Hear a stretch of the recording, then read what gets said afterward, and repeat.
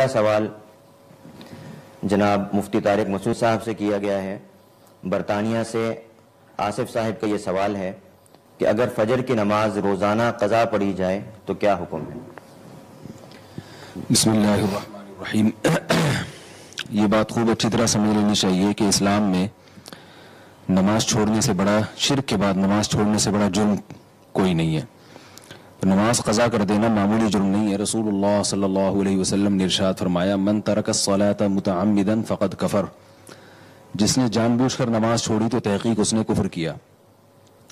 اور نماز کے علاوہ، نماز ترک کرنے کے علاوہ کوئی جرم ایسا نہیں ہے جس کو اہل سنت والجماعت کے ائمہ میں سے کسی امام نے کفر سمجھاؤ۔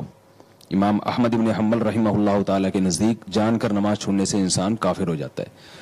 کوئی بھی جرم ایسا نہیں ہے جو کرنے سے آپ کافر ہو جاتے ہو، لیکن نماز ایک ایسا جرم ہے نماز چھوڑنا کہ امام احمد بن حنبل رحمہ اللہ کے نزدیک کافر ہو جاتا ہے انسان، اگرچہ جمہور کا یہ مذہب نہیں ہے۔ جمہور کا مذہب یہ ہے کہ کفر کے قریب پہنچ جاتا ہے۔ تو کسی کی اگر روزانہ فجر کی نماز قضا ہو رہی ہے تو یہ معمولی بات نہیں ہے، بہت بڑا جرم ہے، اس کی اصلاح کی کوشش کرنی چاہیے۔ ان اسباب پہ غور کرنا چاہیے کہ کیوں جو ہے نماز قضا ہو رہی ہے، ان اسباب کے ازالے کی کوشش کرنی چاہیے۔